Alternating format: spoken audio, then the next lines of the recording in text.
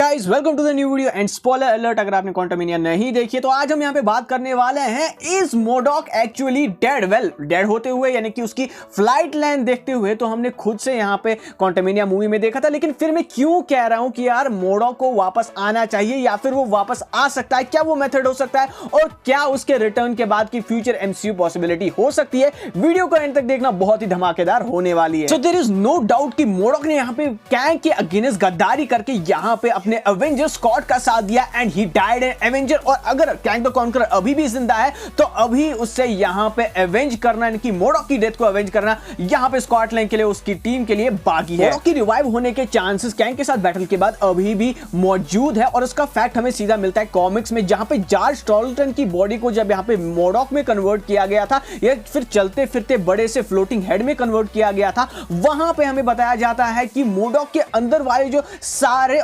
Organ से, चाहे वो किडनी थी, हार्ट थी, वो वोर आउट हो गए थे और उनको यहाँ पे रिप्लेस किया गया था नाइनाइट हार्वेस्टेड क्लोन्स का, यानी कि आर्टिफिशियल पार्ट्स या फिर टेक्नोलॉजी का हेवीली यूज किया गया था उसे उसके बचे कुछ सिर को और बची हुई बॉडी को यहाँ पे जिंदा रखने के लिए। ऑर्गन्स की जगह यहाँ पे आर्टिफिशियल मशीनरी यूज की गई थी और सेम चीज जब यहाँ पे हमें दिखाया जाता है या फिर मोडॉक अपनी स्टोरी बताते कि किस तरीके से डैरन स्कॉट की उस उड़ती हुई बॉडी को कैंग द कॉन्करर ने बचाया था और मेडिकली उस पे एक्सपेरिमेंटेशन करके या फिर उसकी बॉडी के साथ म्यूटेशन करके उसको एक नया फ्लोटिंग हेड वाली शेप दी और यहाँ पे मशीनरी के थ्रू उसे बचाया भी। एक पॉइंट बन सकता है कि यहाँ पे अगर हमारा फोन फॉर एग्जांपल खराब हो जाता है, उसका डिस्प्ले या फिर स्क्रीन खराब हो जाती है और फोन चलता नहीं है, तो बाद में हम उसकी स्क्रीन रिप्लेस करके जिस तरीके से फोन को नया चकाचक करते हैं, वैसा ही यहाँ पे मोडॉक के साथ हो सकता है कि उसकी बॉडी का कोई आर्टिफिशियल ऑर्गन शायद माल फंक्शन कर गया हो, जिसको यहाँ पे अभी भी ठीक किया जा सकता है। लेकिन ठीक करेगा कौन यार? स्कॉटलैंड हैंक पिम तो अपने घर चले गए पोर्टल के थ्रू यहाँ पे ओपन करके। वहां पे अब बचे क्वांटम रियलम में वो लोग जो कि रेबल्स थे और रेबल्स ने अपने लैंड को कॉन्करर से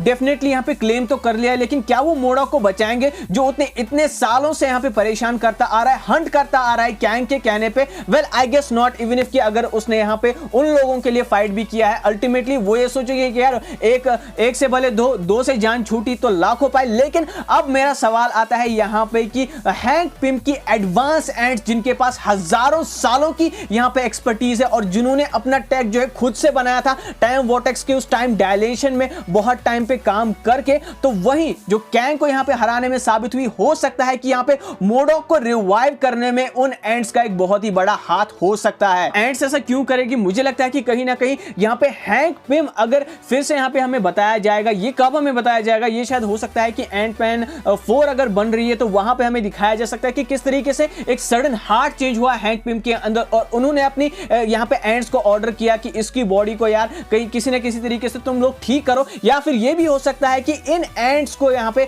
कहीं ना कहीं क्वांटम रियलम के लोग किसी तरीके से ये उनके साथ काम कर रहे हैं, उनकी सिटी को रिबिल्ड करने की कोशिश कर रहे हैं और यहाँ पे क्वांटम रियलम और ये एंड्स मिलकर जो है कहीं ना कहीं मोडॉक की बॉडी को जो है वापस से रिस्टार्ट कर सकते हैं। मैंने अपनी रिव्यू वीडियो में कहा था कि इस कैरेक्टर की शुरुआत यार मेला लूट की हुई थी, जो इसकी एंट्री थी, जो इसके फाइट सीन्स थे, यहाँ पे अनइंटेंशनली जो फनी कैरेक्टर यहाँ पे मोडॉक का निकल के आया, हर कोई इसको पसंद कर रहा है। तो कहीं ना कहीं एंटमैन 4 जो कि कहा जा रहा है कि अर्ली वर्क्स में, तो हो सकता है कि जब नेक्स्ट टाइम यहाँ पे क्वांटम रियलम में स्कॉट और उसकी फैमिली विजिट करे तो उनका पाला किसी और विलन से नहीं बल्कि मोडॉक से पड़े, जो कि एक्चुअली में कॉमिक्स के लेवल पे हो सकता है। क्योंकि अभी भी मुझे भी लगता है और काफी सारे फैंस भी एग्री करते हैं कि यहाँ पे मोडॉक को उस लेवल पे नहीं दिखाया गया है जो कि उसका मेनेसिंग इरिटेटिंग वाला कैरेक्टर हमें गेम में देखने को मिला है, कॉमिक्स में देखने को मिला है। तो एक परफेक्ट अपॉर्चुनिटी हो सकती है इस कैरेक्टर को, इस विलन को एंटमैन की नेक्स्ट मूवी में मेन विलन के तौर पे लाने के लिए। अब ये कैसे हो सकता है? मोडॉक तो एज अ हीरो डाई हुआ था, हो सकता है कि जब इसकी बॉडी को यहाँ पे रीस्टार्ट किया जाए तो इसको यार पिछला कुछ भी ना याद हो सिवाय इस चीज के कि किस तरीके से यहाँ पे स्कॉट लैंग ने उसे क्वांटम रियलम तक श्रिंक किया था